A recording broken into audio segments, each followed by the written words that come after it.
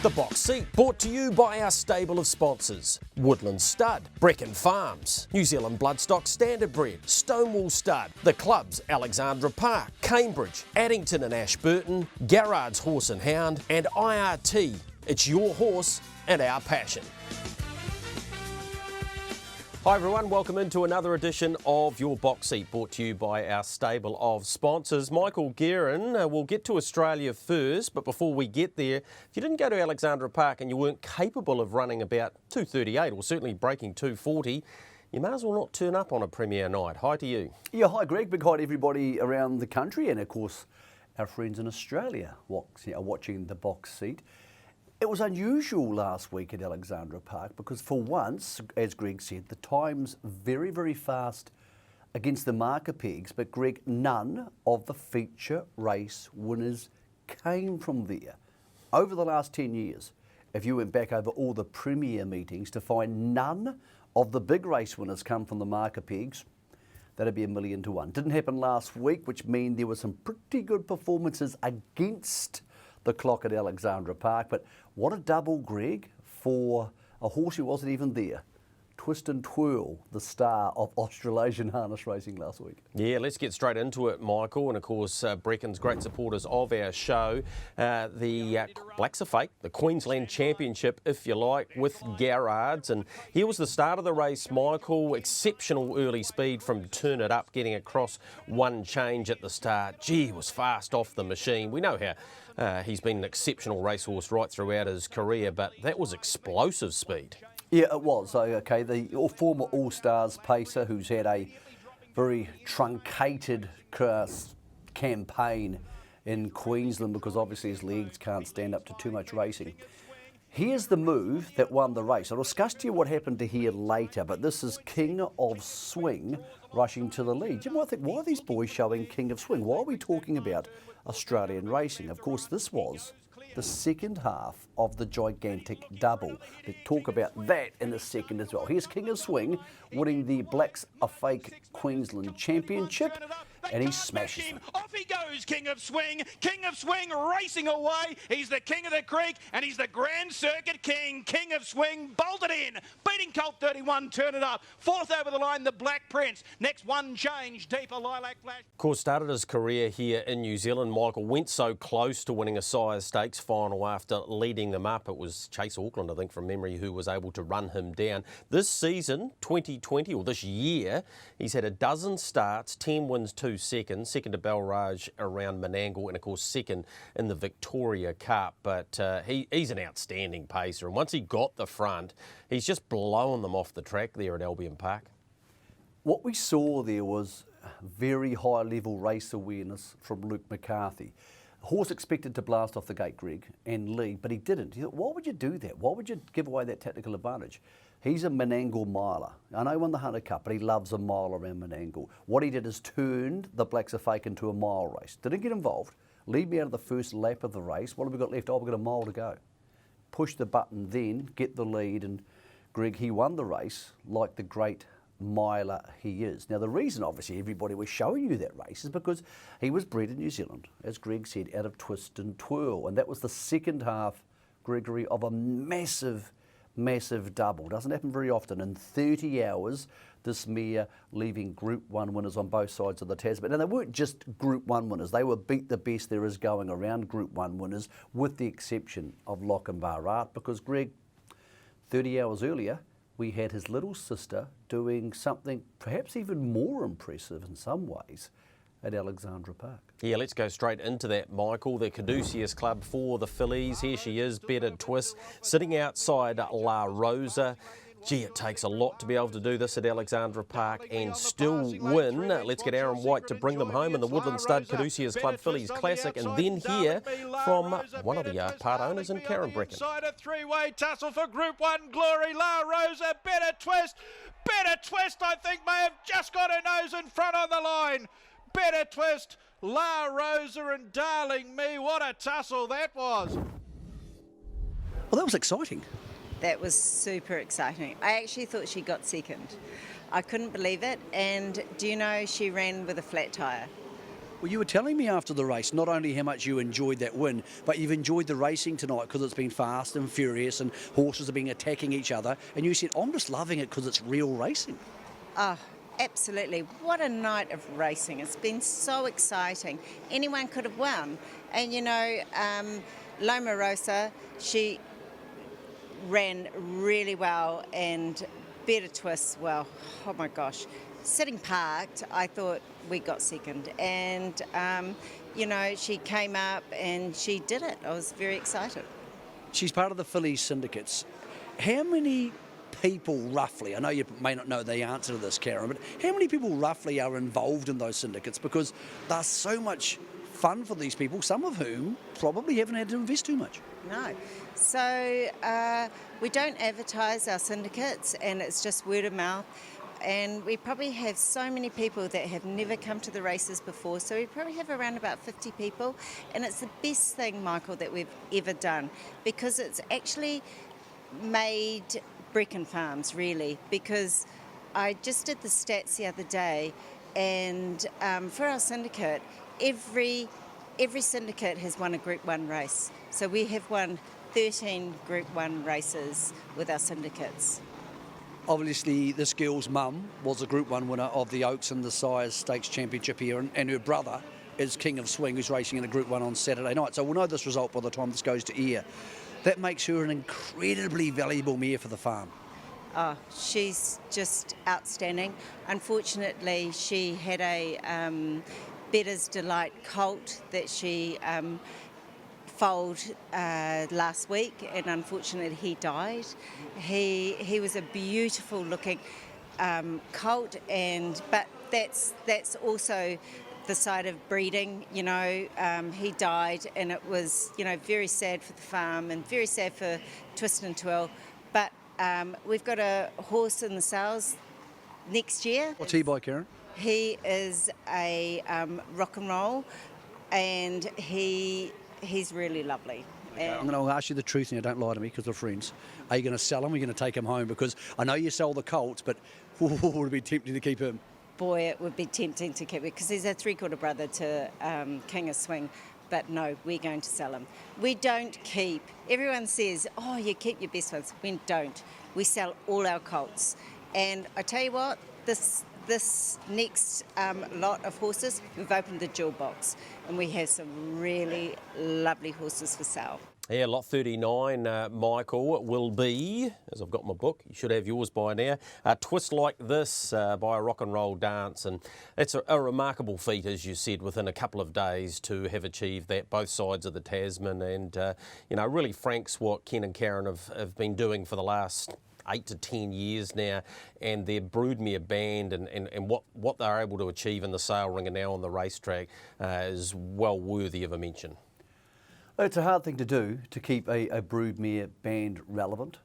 Families ebb and sway, and often they'll come back around. But you know, if you aren't buying new stock and bringing new stock in, and obviously being brave enough, Greg, to cull stock which isn't doing the job, and maybe sell those to other people or people who have a different commercial sort of model for what they're trying to do. So Brecons have got a really good bunch around them now. We'll see Spankham a little bit later on, who's another one of theirs. But King of Swing's the Grand Circuit champion, and Better Twist, Greg, I think might be an exceptional filly. I know she only won by a nose last week, but La Rosa's pretty darn good. So that's a big upgrade weekend for their family. Twist and Twirl's only 12 years old. She's not very old, Greg, so she'll be around for a long time. Really heartbreaking for them to lose a Better's colt out of him last week, but let's talk about Better Twist. That was a hell of a performance last week. It was a very dogmatic, refusing to let the other horses beat her performance. Yeah, absolutely it was. So let's hear from the runner-up, the driver anyway, and Sam Otley about what she thought about La Rosa. Well, Sam, you did everything you could with La Rosa. She was very brave. She was very brave, yeah. I sort of thought I had the other filly the whole way up the straight until right on the line. You know, Tim's one's very good, and she sort of knows where the post is. So, yeah, a bit gutting, but still wrapped to run second. Usually, Sam, when they come to Alexandra Park, they tend to be better for the experience. Is that maybe one way you could win the Sires Stakes Championship in a couple of weeks? Hey, yeah, you got to go on positive, don't you? And like you say, it was her first time around the park, and she handled it very, very well. You know, we had a draw, and we got to lead up, which where we wanted to be. But yeah, you never know. Hey, she's in with a show because she'll be in the race. But yeah, she'll just need a little bit of luck. Yeah, that'll be the Sires Stakes on the 31st, of course, where Better Twist is the hot favourite. I thought she was outstanding, La Rosa. You could see that Sam had her hands tightly on the reins and having to steer her around the bends. First time Alexandra Park, as you pointed out, Michael, they often improve from that. She's very, very good, La Rosa, and her stablemate, Braveview Kelly's very fast as well. So I don't think it'll just be line up and win stuff by Better Twist, but you might be right, she might just be exceptional. She's $1.35, or sorry, $1.35 to win the Sires Stakes Championship. That's way too short compared with the fact that she could get a second line barrier draw, she could draw on the outside of the front line. She doesn't have any gate speed, so she may well have to do that again to win, and she only won by a nose. But I think by the end of the season, Greg, we might have seen her develop into a very, very good filly, or even a champion filly, because what she may lack in speed, if she can sit parked outside La Rosa and beat her, well then it's going to take an awfully good horse to beat her, and I'm not sure how they're going to do it. So the margins may not be great, but when we get out to those Oaks distances of 2,700 metres, 2,600 at Addington, the amazing thing is we're still getting to know this horse, Greg. In a year's time from now, 12 months from now, she'll still be 3 in Australia, which is quite staggering when you think about it. She's already won 2 feature races in the last couple of months. So she could race in all of our Oaks and go to the Jewels, and she can race in all sorts of stuff, and the Sires Stakes Championship coming up on New Year's Eve. She could then have a break, have a spell, and go to Australia and compete in the Breeders' Crown, Greg, against the 3-year-old fillies. Yeah, amazing, isn't it? I think we're going to see a bit of that over the next, an American dealer who we see shortly is similar. These horses are going to have really deep, bruising, hard, harden them up 3-year-old campaigns, and then they're going to be able to have a break, and then go race in Australian 3-year-old races. I think this is a massive opportunity for New Zealand horses to really dominate their Australian rivals, Greg, because we're going to be at least a campaign ahead of them. Yeah, and saying that, it does worry me a little bit because you can only go to the well so many times, as we've seen with a horse like Krug. But you're right, having a break and a decent sort of a break can allow them to recharge the batteries and attack in Australia. So, yeah, especially when the borders reopen and those sorts of things, it's going to all have a decent part to play. The other Group 1 at Alexandra Park on Friday night was, of course, the Queen of Hearts, which is always a magnificent race. Once again, it was. We'll get Aaron White to bring them home in the Rosslyn Stud Queen of Hearts of 2020, and then hear from winning driver and co-trainer Natalie Rasmussen. Dreams 3/4 of a length away, a half a length. The All Stars mares draw away. Beyond Words putting up a good fight. Amazing Dream getting through on the inside strongly here, but Beyond Words. Beyond Words to get the Group 1 over Amazing Dream. They were followed Kelly's Delight on Shantae's flashed home. Well, it's been an amazing story, Nat, from a horse we hadn't heard of 6 months ago to a horse who's won a Group 1. Oh, most definitely, Mick. I'm really quite proud of her, actually. Like, to come, this is her first sort of racing prep. She's really like a baby having her first racing prep. And she's never really been fit before. Every time she got a little bit fit, we'd have to stop with her. And this time we've actually been able to get her right through. And she's just sort of gone on and proven what she can do. When she was 2, you and Mark thought she was as good as Amazing Dream and Sweet on Me. Why didn't we see her? Mick, we really had a high opinion of her, but like I said, we could never get her forward enough to really get a line on her, but she just gave you a great feel, and she always had that little bit more. And she kept going. We always thought it was her knees going sore, but it turned out it was actually bruising in her bone on the knees, just growing. So we kept putting her out, and Brian's been wonderful, Brian West. Every time we've said, oh, Brian, that we want to stop with her, he said, yep, no worries. So he's let us give her all that time to let her be the mare that she could be, and it's just proven, it's paid off. And there's no issues in that department now? No, she seems really great, Mick. She seems really round and happy, and yeah. The plan was to take Amazing Dream eventually to Australia for maybe a Ladyship Mile type campaign. Is there any chance Beyond Words could go the same way? Oh, most definitely, Mick. she's 4 now, and like I said, this is her first racing prep. We just have to see how she comes through this carnival up here, because like I said, she's like a 2-year-old having her first racing prep. She's never been fully fit, and she's never travelled, she's never raced. So we just don't know whether it'll be too much to then expect her to come here, her first trip away, then go to Aussie and then back, or whether we're better off just to stop now, give her a little rest and then go again. Amazing Dream couldn't come off her back. Does that surprise you? Yes and no. I just thought last week when Tim drove Beyond Words, I just thought she had no right to get as close to Amazing Dream as she did. So that gave me a lot of confidence, and I know how good she is. So yeah, it didn't surprise me, no. Will the little fatty that is Amazing Dream still go to the Auckland Cup? Look, as long as she pulls up a ride, I can't see why not, Mick. I think maybe tonight, she had to burn early. I don't think one's her cup of tea. When she actually drew one, I was a little bit concerned because, she's not blistering off the gate, and she's usually one that's got to be toughing it out a little bit, and then she had to burn early, and I don't think it just suited her tonight, so I can't see why she won't go the Auckland Cup. The crucial part about that race, Michael, was Amazing Dream at the start, retaking the lead, but then Beyond Words coming forward and grabbing the lead about 1,200 metres off the post. There's been a bit of controversy, a bit of discussion in social media about why Mark Purdon had hand up on a $1.10 favourite, but I think in the overall scheme of things, she still had every chance to run past Beyond Words, and we've now well documented the fact that Sweet on Me, Amazing Dream and Beyond Words were on a par at 2, so it's probably not as surprising, although we don't often see $1.10 favourites getting beaten either. Let's go back to the first part of that equation about Mark Purdon choosing to hand up. Look, that's his right. And when you back them at $1.10, you want to see them stay in front and you want to see them win by 5 lengths, but that doesn't always happen that way. I'm not a driver, but if I was, and I can only have a sense of what I think would happen, you'd feel comfortable handing up knowing that you're going to get the entire Alexandra Park straight to run past her. Now, there'll be some people who say, well, you shouldn't hand up, but lots of times in the last couple of years, I've seen drivers hand up and the punters go, well, what was he thinking there? And then they come out of the trail to win. There was a horse a couple of months ago, or a horse last month called Self Assured, did it in the New Zealand Cup, handed up to a horse who wasn't as favoured as it, came round it and beat it. Yep. So I'm not going to start giving drivers a lecture on what they should or shouldn't do. That's a choice. As it turned out, was it the right choice? Probably didn't matter.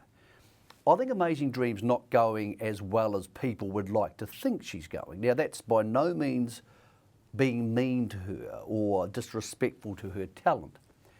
She was enormous on Cup Day when she won, but the horses she beat there weren't that good. They were good. They're good horses. Nija Now's a good horse, but they're not open class horses. Last week when we broke the news that Self Assured was coming out of the Auckland Cup, I was dumbfounded, blown away that Amazing Dream was equal favourite with Spankham. Greg Spankham's won a Miracle Mile, run second in 2 New Zealand Cups, and won a New Zealand Free for All. And Amazing Dream's never won an open class race. Now, just because the bookies got that wrong and punters at home are getting it wrong by overvaluing her, you can't be thinking that she has to turn up and win every start. I thought she would win last week. She wasn't good enough to win last week. She had her chance to win last week, and she's an $8 chance in the Auckland Cup. The fact she's 320 is just bad odd setting. Simple as that. She shouldn't be 320. There's no case you can make in any way, shape or form. And I've seen every race she's had, and so have you at home, that she should be $3.20 for the Auckland Cup. That's absolutely ridiculous. Well, she hasn't had a standing start either, but as we know, she is going forward to it. Mark Purdon will retain the drive there. Let's move on from that and go to one of our other features. It was with the Lone Star. It was the Lyell Creek Stakes. We know how deep this race has been in the past. This was a stirring battle, but the same horse keeps coming out on top. We'll hear from winning driver John Dunn and the runner-up trainer in Phil Williamson, but here's Sunday Sun. He's going to play second fiddle to Sunday Sun again. What a return to Alexandra Park. A brilliant win, Sunday Sun. It's a New Zealand record as well. That actually looked like fun, John. Was it fun? Yeah, it was. Definitely go across the line like that, Mick, first place. So, but that sort of horse, he just goes to sleep parked. And Brad was running good clips up front. He sort of just goes to sleep and click him up at the right time, and he's got about there, which is a big plus. When you came off the gate, I wonder what you were doing, because you seemed very relaxed about everything for the first 600 metres and in no hurry to go anywhere. I suppose you knew the park was going to be there. Yeah, Park was always going to be there, and I was actually quite pleased how he sort of rushed off the gate. He was on the gate hard enough, and I thought he was going to kind of come out a lot harder than he did, but it was good. He sort of went to sleep, and I've sort of been driving this time in, just sort of relaxing early and sort of getting the race late in the piece, so I'll stick to it at the moment. It's working. They were going national record time, so he must have been not tired, but under some stress around the last bend. He seemed to trot pretty squarely, so was there any indications there of him losing his gait at any stage? No, it's probably best he's felt, especially this way around. He was super around that last bend. Like you say, he was getting a bit tired at the last sort of 100, but he's entitled to, and I was only a year and a half ago he might have jumped out of it, so yeah, wrapped to get him sort of trotting the whole way now. Off to Cambridge for the mile? Yeah, definitely. Just the horse does the talking. He'll see how he pulled up, but the recovery rate was pretty good afterwards, so he'll probably need another one before the 31st, so we'll go to the mile. Got to ask you a question, and I'm not sure if you know the answer, but I'll be interested in your opinion. If that had been Bolt for Brilliance in front tonight, which it might be in the National Trot, I don't know, but it might be, could you sit parked outside him and beat him like that? Yeah, very hard question there, really, Mick. But Majestic Man on his day, and like he was super tonight in second, so Bolt for Brilliance, I've been watching him closely, but it'd be interesting, put it that way. Well, you Williamson boys keep bringing good horses to Alexandra Park and finding better horses. Yeah, brings out the best of the others, doesn't it? Yeah. No, mighty race though, exciting race to watch, and you know, when you've got a couple of pretty good horses going head to head, it should bring the people out to watch because they are special horses. You go to Cambridge in about 10 days' time and you've got a chance to turn the tables over a mile. Any confidence you can beat him and Bolt for Brilliance over that mile Majestic Man seems to love? We couldn't be confident about it, Mick, to be bluntly honest. You know, when you got them horses that you'd say pretty much nearly champion type quality, very, very hard to beat. And, you know, they always seem to find a way of beating you. And if we got the inside draw on them, that would be a great help. But especially around a mile. But, you know, it's exciting. What also is exciting is Humble Lad winning at Addington tonight off 40 metres. That doesn't happen very often. No, it doesn't, Mick. He went a mighty race. He's really stepped up a bit this season, and you know, to end his season, we thought we might bring him up for the Row Cup meeting later in the season. So you know, he's already had a good year. So no, he's been probably the most improved horse in the whole team, but still a wee step below what we're doing here. Is he a horse who maybe might go to Omaka or a race like that over the Christmas period? Yeah, there's every chance, but then he'll run into our son's horse, Dark Horse, so it's a pretty quality horse as well. So, no, there's some nice trotters around, but yeah, he's done really well. Where's Ultimate Stride got to? Well, after he raced it below his best at the Cup meeting, we put him through the scintigraphy just to make sure he had nothing serious wrong with him. And they didn't find anything major, so he's having a month off, and then he'll come back later in the season. He's an awesome trainer, Phil Williamson, Michael, isn't he? But he's also a fan. You can see how much he's enjoying these battles at Alexandra Park, and obviously it's going to go beyond to Cambridge. But Majestic Man's a very good horse. Sunday's Son's just simply better. Yeah, he's flying, Greg. He's not Lyle Creek, the horse that the race was named after, or Take a Moment, or one of those yet, but his best performances would sit with those horses because he just sits outside the leaders and goes national record time over 3-2 in the Dominion, 2-2 in the Lyle Creek. Probably if he lacks anything just yet, it's gate speed and high gate speed to get to the front end of a race and therefore put the race totally to bed. But he trotted really well around that last bend, Greg. I watched him warm up and he was a little bit mucking around in his warm-up, but he's very dialed in his races. He deserves to be favourite over Bolt for Brilliance for these two races. With Bolt for Brilliance, I spoke to Tony Hurley after the performance, and he said, look, we know we're going to need to be good to beat this horse. He goes to the workouts this week and then, of course, heads to Cambridge next week for the mile. Now, Bolt for Brilliance has won left-handed at the Jewels, of course, but that's the only time he's won left-handed.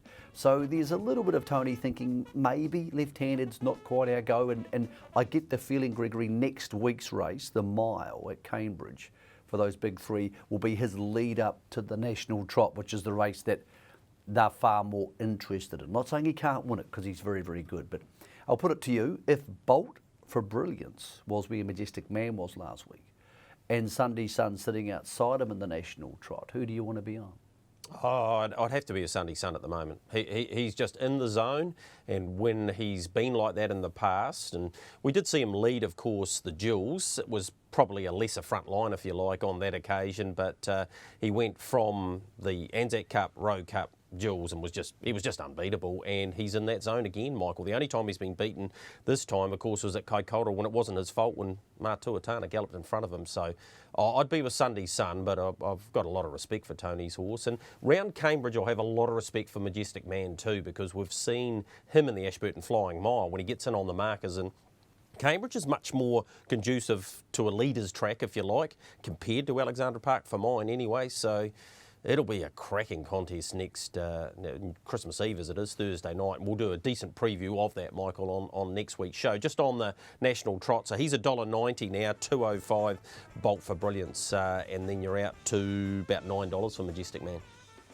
Yeah, see, that's a market you can't be betting into any time soon, I would have thought. The barrier draw is crucial for next week. When you look at his body of work, and you mentioned three of them there, Anzac Cup, Rowe Cup, Jewels, now the Dominion, and also the Lyell Creek, there's not many major races he hasn't won. He's got to win a national trotting championship and the New Zealand trotting free-for-all. But that's in a slot now which a lot of horses are never going to contest anymore because they want to go to the Dominion. So then you start saying, well, where does he stack up against these horses? Is he now closing in on a Mon Bay-like horse, who I always thought was the best trotter we've had since Lyell Creek?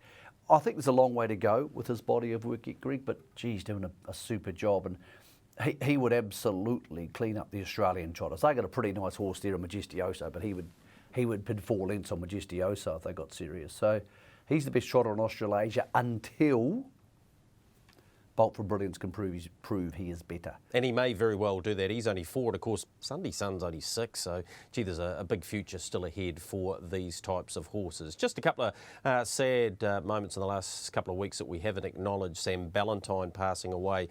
He trained over 70 winners and had horses like Greycross years ago. He's a very good horseman. And Grant Armstrong, who will be lesser known, if you like. His son Nigel does a massive job in the social media field and is a big part of Addington Raceway. They farewelled him on Saturday night in a nice wee function upstairs. Grant was a big part of the Christchurch Trotting Club when they ran the trials every month at Addington, and a huge contribution. Was a steward on the New Zealand Metropolitan Trotting Club as well. And, you know, those sort of unsung heroes were, and still are, a massive part of the sport, and the unpaid roles, and they just love the sport. So I thought it was appropriate we mentioned those couple of guys. It's been a crap 2020 in many ways, Greg, and gee, we've lost some really wonderful people I'll be sad to go to the races and not see again. So I know that things don't change when you go from December 31 to January the 1st, but I'll be glad to get there, Greg. Yeah, me too, Michael. Just back to Beyond Words, I'm pretty sure she won't go to Australia. She'll take on the Premier Mares and the Standardbury Breeders back end of January and the second week in February for those 2 races. We're going to take a short break, and when we come back, still got a couple of races to review from Alexandra Park and a whole lot more on your box seat.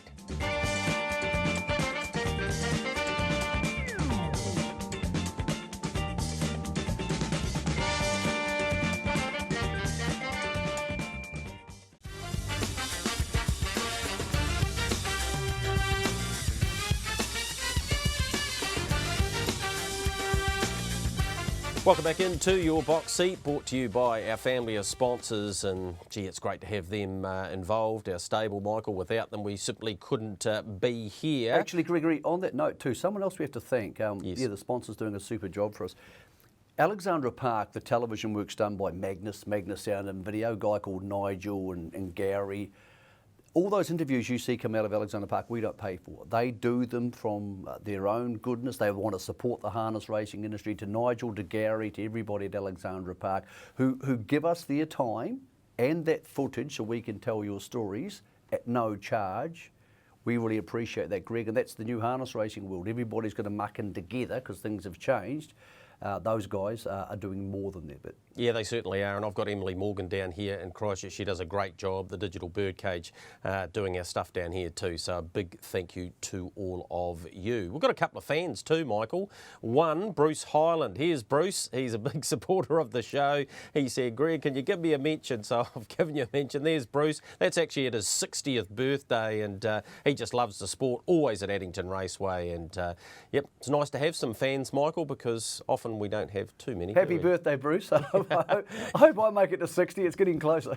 Yeah, it certainly is. Let's move on, though, and have a look at Spankham. Of course, New Zealand free-for-all winner, headed to Alexandra Park, where he hadn't been for a very long time, but nothing changed, did it? He was able to take it out. We'll get Aaron White to bring them home in the key lead-up to the Woodlands Auckland Cup in a couple of weeks' time, and then hear from winning co-trainer and driver Natalie Rasmussen. The fixer Spankham down the outside, and Ashley Lopez, a grandstander, Spankham. Spankham, welcome back to the park. I'd say the fixer second and third will be Ashley Lopez. Look, he didn't win by much, but that was a hell of a win by Spankham because they were flying that last 600. Oh, that's right, Mick. Yeah, they sort of really just quickened, I think, sort of probably the 250, 300 when sort of Bob pulled out. That's when I felt the speed really went on. But Spank was great. You know, he had a good trip and he sprinted quick and hard, and that was just a perfect lead-up for him. The Auckland Cup, which now obviously doesn't have self-assured, looks almost a perfect race. He's a good stayer. He's got great manners. He'll probably be off the front line. It looks ideal. It does look good for him, yeah. I think everything's ticking over nice for him. He's had a good lead in now. He was not short going into Cup Week, I'd say, but you know that was his. You know he'd had that campaign in, and I just think now he's really quite primed and he's ready, and I think it's a good race for him. He had a little tiny issue just between Cup Week and Christchurch and getting here, but obviously it wasn't a setback for him majorly fitness-wise. Oh no. He's just kept ticking over, and whatever he did tonight, he'll be better again. Ashley Lopez was good, and I suppose oddly you probably feel some pride about the way that the fix is going for Regan too, because he's a horse you guys love, and he's gone super tonight too. Oh, he went really good, yeah. And like Bob said, you know, he went great as well, and we were going so quick. Probably the fixer just needs a bit more tempo on, I'd say. But no, he's going great, and he looks really fit and well, so I'm sure he'll go better again in the Cup. And he's the dominant favourite for the Woodlands Auckland Cup. Great to have their name associated with this time-honoured race, Michael. $2.80 about Spankham. Still a minor query for me about him at 2 miles, but that might be negated by the fact that it's Alexandra Park, and if he gets to the markers, he came from off the speed there, which you pointed out earlier in the show, doesn't often happen on Premier nights, but if he happened to get the lead in the Auckland Cup, you'd almost think he was home. It should be $2. Okay. Be $2, Greg. Yep. No one's going to back Amazing Dream in the Auckland Cup. She might be $4.50. And again, that's not being disrespectful to her talent. She hasn't won an open class race. And copy that can beat Spankham. We know that. We saw that. We've got data to prove that. Ashburton, it's called. But the rest of these horses can't beat Spankham. Not on what he did the other day. He came from 30 metres behind some of them, 10 and 20 metres behind some others, ran past them in a race which wasn't conducive to him winning. I think he had a setback about 3 weeks ago and he should be better. He's not just going to line up and win the Auckland Cup. He's not Lazarus and you get $1.40 and you just take your money and go drink. But he should be $2. He shouldn't be $2.80. Copy, that's the really interesting one, Greg. I'm not sure where he's at, but by no means am I picking on him because nothing's gone his way for the last 6 weeks. And I think if he gets to the marker peaks, then he's a totally different horse. But he is being a little bit slow away, which is why he ended up last week. And Spankham's getting away okay. So predominantly we're looking at a 10, 11 horse Auckland Cup. So you're thinking with a couple of unrulies, you pretty much say, let's say they're both off the front. Well, you would back Spankham to beat Copy that away. So I'm not saying he's immoral in the Auckland Cup, but there's absolutely no case I can make for anything else to beat him, with maybe the little tiny caveat that the fix has been really good the last couple of starts. He has been. So you got $2.80 about Spankham in the Woodlands Auckland Cup. Then you're out to $3.20 for both Amazing Dream, Copy that. Ashley Lopez, who has been excellent in all of his runs this time. And another brave performance for him, finishing in 3rd position, and then the fixer at the 13. So, yeah, you're right. He's definitely the value at this stage. Ashley Lopez, Greg, seems to really like Alexandra Park. He was great in the Cup last year. Yep. He's a horse who, if you put him in the trail behind Spankham, yes, again, these horses can beat him. I'm not saying Spankham's a good thing, but it's really, really hard to make a case of who's going to back them, because what you try to do when you're backing in futures markets is, okay, what's going to happen in the Cup? Because there's no data to join this. None of these horses are racing between now and then, so nothing's going to change. No. Effectively. So when you get there and you've got a whole lot of gallops punters churning that money, and it's New Year's Eve, they're having a couple of jars, everybody's happy. Well, they're all going to back the same horse. Yep. They're all going to back Spankham.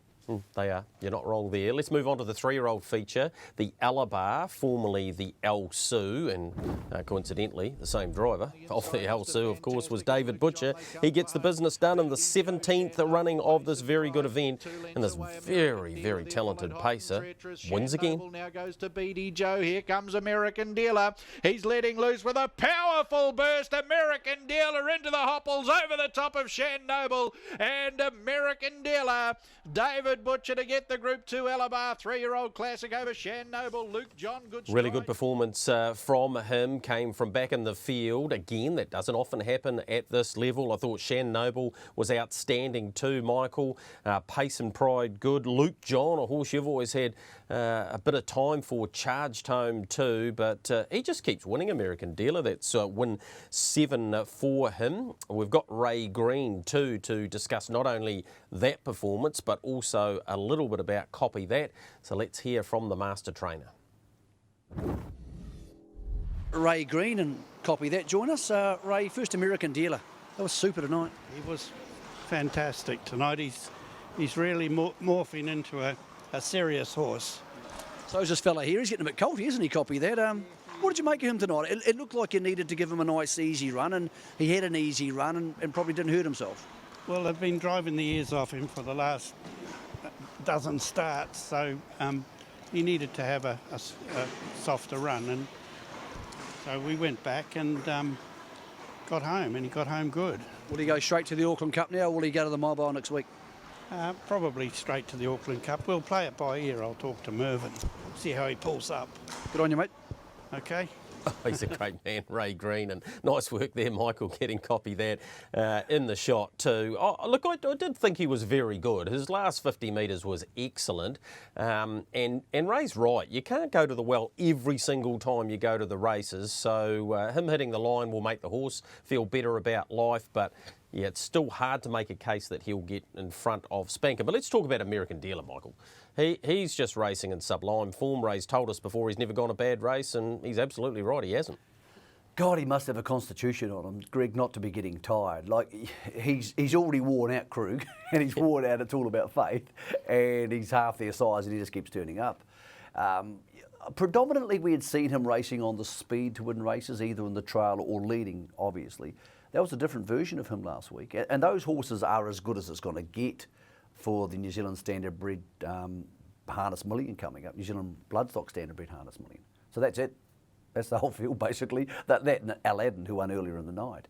So it's really hard to make a case most of them will beat him. BD Joe will be a big improver, so I think he'll be a horse who might be a better chance in 2 weeks' time, Greg. But he's a horse who's still 3, and as I said, this time next year, he could go to the Breeders' Crown at 3, which I think wouldn't be a bad option for him, because I'm not sure he's a horse who's going to step into open class as a 4-year-old like a Lazarus did, or Copy That and be winning, Greg. But here's the beauty of him. He's sound.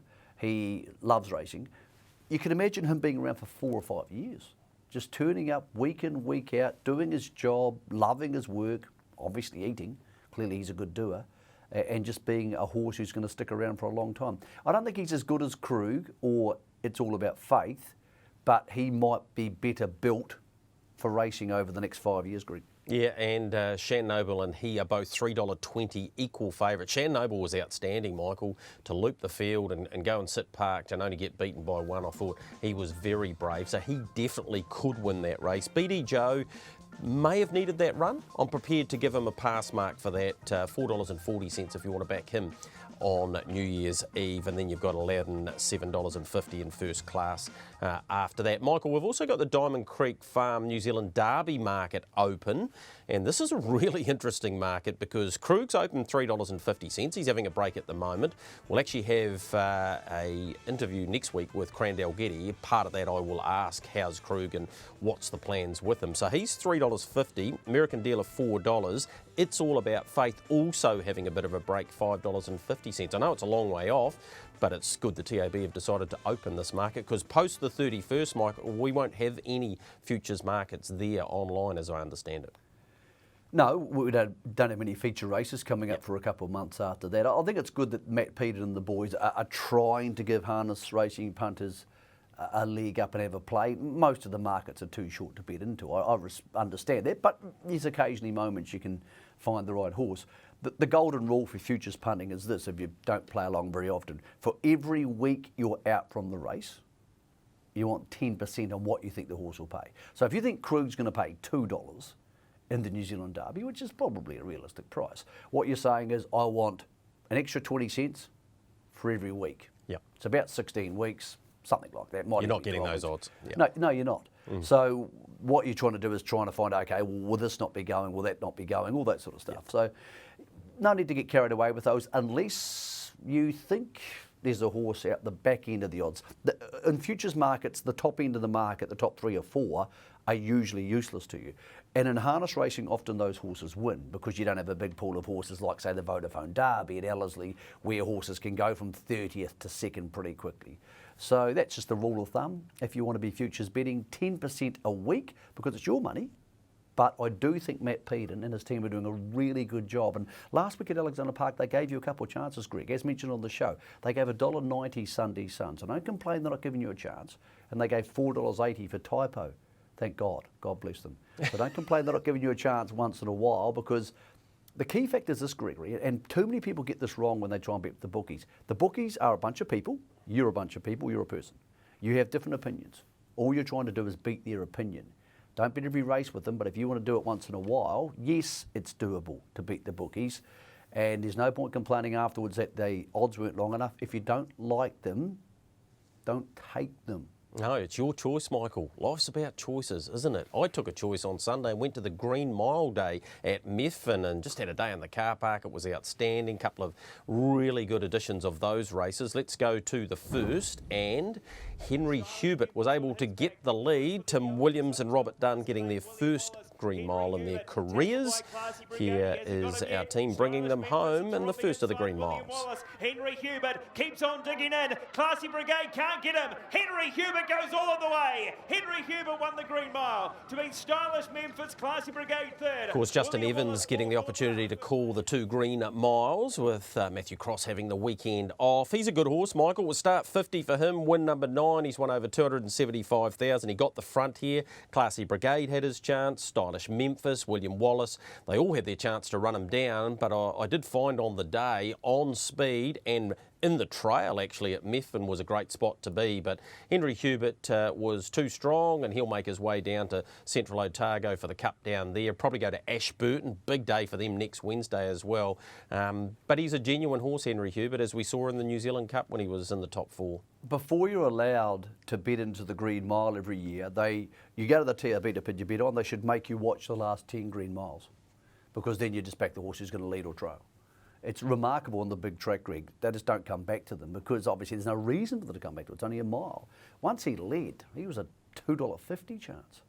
So I didn't think he would get the lead. I thought maybe Classy Brigade might have a crack at crossing him early, but lovely drive from Tim Williams. He's in form. He's actually getting a holiday, of course, because he was both him and Sam Otley done for the new whip use. So it wasn't excessive whip use, just using the whip the wrong way. And by the way, congratulations to Tim and to Amy.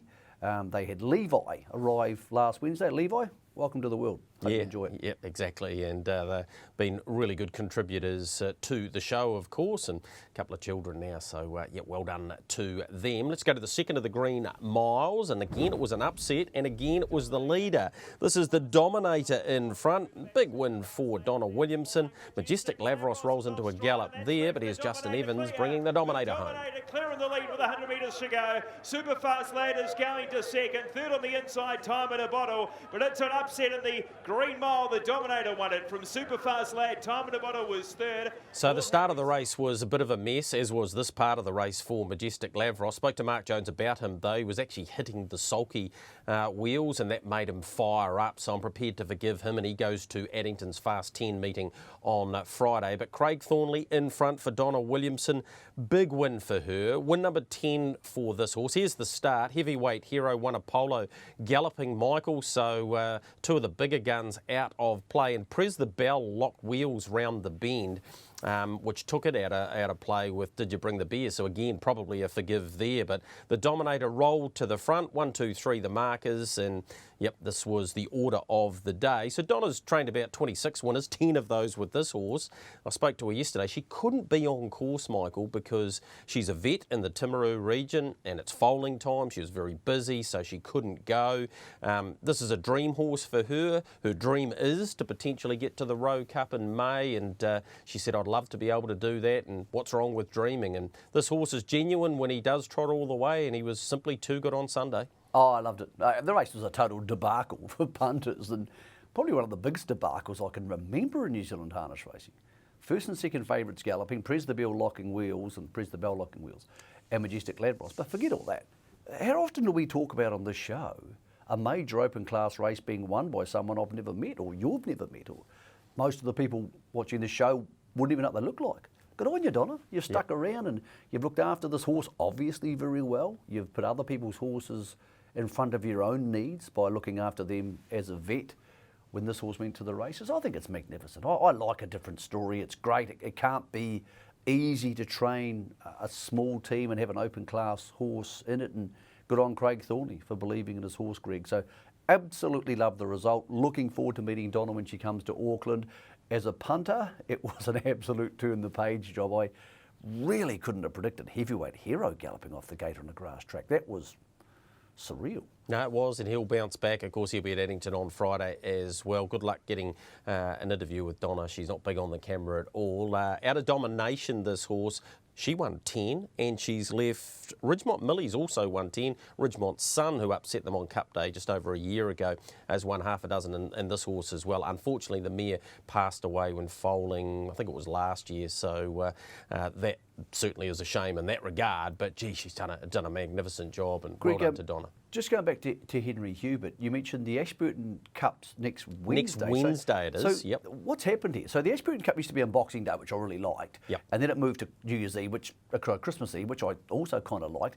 It's now gone to the 23rd Wednesday. of December? Yeah, it has. I'm not sure how that's come about, but that's where it sits. Of course, it always used to be on Boxing Day, but yep, it's the 23rd, so it's a real late dash towards Christmas, isn't it, with that feature meeting, followed by Cambridge's the following night, so or afternoon. So, yeah, I'm not sure that it deserves to be there, Michael. I think it should be in a better spot, but you can only play with the cards you've been dealt.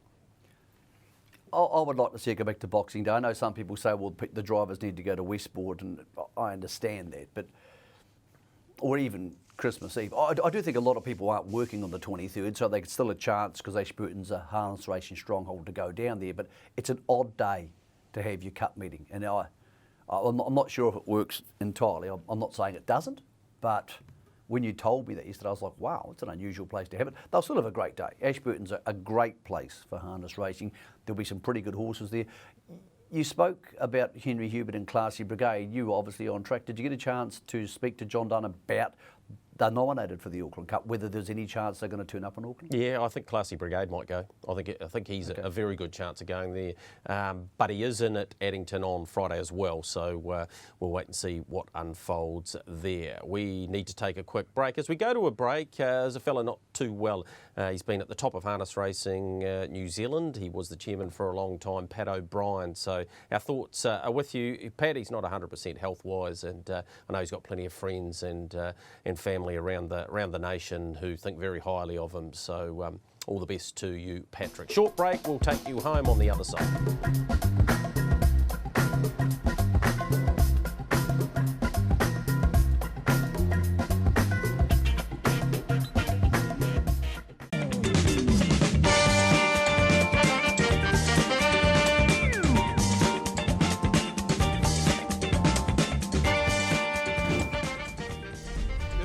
29, and then Pay Me Visa, Randy Richter, quarterback getting into the open, down the outside, Chase the Hat Trick, they're on tight legs, Pay Me Visa up the lane going after the leader, Smooth Debate, they're right across the track, Chase the Hat Trickers barreling home with Eddie Richter. They might have it out of the centre. They come towards the line. Oh, it's very close. Three of them have gone to the line together. Eddie Richter, Pay Me Visa, Chase. So win 700 there for Terence Schmiel. He's been around the game for a wee while. Excellent junior driver. Concentrates more on training these days, Michael. But congratulations to Terry. He's one of the very good guys in our sport. And he thoroughly deserved to get to that mark. And it won't be the last milestone for him. He's always been a good horseman. That's a hell of a number. I was really surprised to hear that this week. I would have thought Terry had driven about 500 winners, but 700 puts you a long way to joining that very, very elite club of the 1,000. So well done to Noodle. It's a hell of an effort, Greg. As you said, he doesn't always concentrate on driving, and often when he trains horses, they don't drive them himself. So, yep, big effort. Yep, huge effort from him. He's at one end of the spectrum. The other, training-wise, Jessica Grant-Young got win number 1 at Methven. This was a really good performance too from John James Preston. Got up the inside, was overdue to get a maiden win.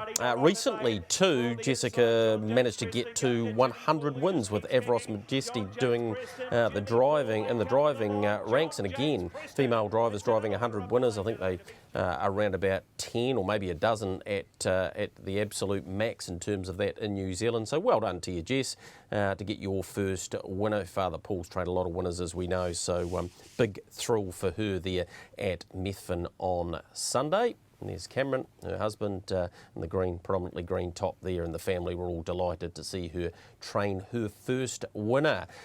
Big bets, Michael, over the weekend. We'll have a look at those hits and misses now with the TAB, and here's some of those. McAndrew Aviator at Winton earlier in the week. Storm, a big play there in the last, a big shorter too, $10,000 on him. Typo, who you mentioned last week, $1,500 at $3.60. He was a lot longer than that. And then we have a few of those misses there. Swell Time was one of those after winning at Addington, couldn't get the business done down there at Winton. So that one missed, along with Heavyweight Hero, who was also very well backed. So the tab, they don't get it right all the time, and sometimes the punters do get it right, Michael. Yeah, well, Typo last week they opened at $4.80 and it started $2.20.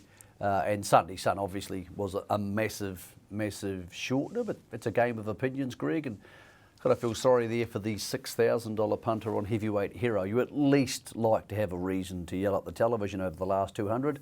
I think his or her yelling at the television would have been right at the start. Yeah, a whole lot of expletives I'm picking. Michael, the week ahead, it gets very busy, of course, at this time of year. Cambridge race on Thursday night, 8 races there, 5:34 the start time of the first. Addington with their fast 10, all over very quickly. It starts at 2:30 or 2:35 to be exact, and is all over by about 5:30. Auckland have 8, late start there, 6:39 the start time for them. Wairio, they race at Winton, it's Cup Day down there. They have 11 on Saturday at 12:06, and Rangiora have 11 on Sunday.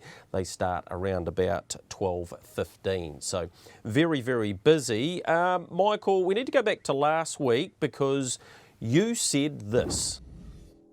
I'm completely blown away. The bookies have given $1.90 for Sunday Sun. Jaw-dropping. I don't often say this on the show, but he is literally a maximum bet job. I'll put the whole lot on him. Well, the question is, did you put the whole lot on? And someone did, because he ended up closing into $1.40. I don't usually the maximum bet job. It's one of my favourite sayings. It's actually, ironically, the MBJ, my first 3 initials as well. But I reckon I use it 3 or 4 times a year. And I only ever use it usually with family and friends. But if I say it on here, I'm serious. I thought he should have been $1.25 last week. We get plenty wrong. I have stuffed up more stuff than probably anybody in the history of trackside, Gregory, but it was nice to get that one right. And the bet of the week got home at $4.80. So you can make money in harness racing. There's no doubt you can. The 2 key rules of this: don't bet every race. And when you do decide to have a go, have a go. Yeah. But of course, Gregory, bet responsibly. Only bet the entertainment money. Don't be betting the rent money. No, that's a very good point. Okay, well, you're on a bit of a roll. So who do you like this week? I really like Call Me Trouble. Now, he galloped last week and he galloped the start before. He's in a trotting race at Alexandra Park this week. The reason I like him is I like trotters when they're not under pressure, and he's better than these horses, so he won't need to be under pressure to beat them, I think. And that's when they gallop, Greg. As you know, you drive a lot of horses. They're more likely to gallop when they're tired and they're under pressure and things aren't going their way. I think he's off the unruly. He can settle, get around them and probably still win. I think he's in a race which is about 10 lengths inferior to the race he raced in last week. So if he trots all the way, he's not a maximum beat job, Gregory. They don't come up every day, but he'll be winning. Yeah, all right, that's with Door Contracting, of course, good supporters of our best bets. I'm with Darlaguri. Massive run from it at Methven on Sunday after missing away. I think it can bounce back, good early gate speed and can find the front. Couple of really good races as part of that Fast 10 series at Addington Raceway on Friday afternoon. Just on that, with the Fast 10, what is it? We got it on the show last week, but some people will be saying, well, what are you talking about? So just quickly, what does it mean? Basically, they initially wanted to run a harness race every 10 minutes, but that's just not practical, so they tried to make it 15. Now it's out to 18 minutes. They've got saddle cloths, same as the greyhounds, so there's only 10 horses in each race, short course racing throughout the afternoon, so it's quick fire staff, bit of music, bit of entertainment. There's also a trainer's marquee there that Addington are going to have on Friday to acknowledge all the support, particularly from COVID all the way through to now from the participants. So, yeah, that's the background to it. They want to, I suppose, jazz up a harness racing meeting and get it over pretty quickly and get people, you know, entertainment right the way through. So I like the idea. It actually worked really well at Methven on Sunday. 25 minutes I thought was ideal, and the race meeting went very quickly, and you know, there was something happening all of the time if you chuck the kids' carts in there as well. But that's the idea behind it. They've got a good program there in the afternoon leading into Alexandra Park on Friday night, so should be a whole lot of fun, Michael. Yeah, and Greg, Cambridge have a massive meeting Thursday night, so they have 2,000 people booked for On Track, so well done to David Branch and his team. They're pretty darn excited because next week they get Bolt for Brilliance, Majestic Man and Sunday Sun, and Mark Purdon told me last night he thinks Self Assured will go to the Flying Mile there first Friday of the new year. Greg, pretty exciting time for Cambridge Harness. They've got a lot of big stuff coming up. So if you're in that region, galloping region, strong harness racing region, nice time to be going to the trots over the next 2.5 weeks. Yeah, it definitely is, Michael. That's been your box seed. Big thank you for a stable of sponsors once again getting behind us. We'll see you in 7 days' time.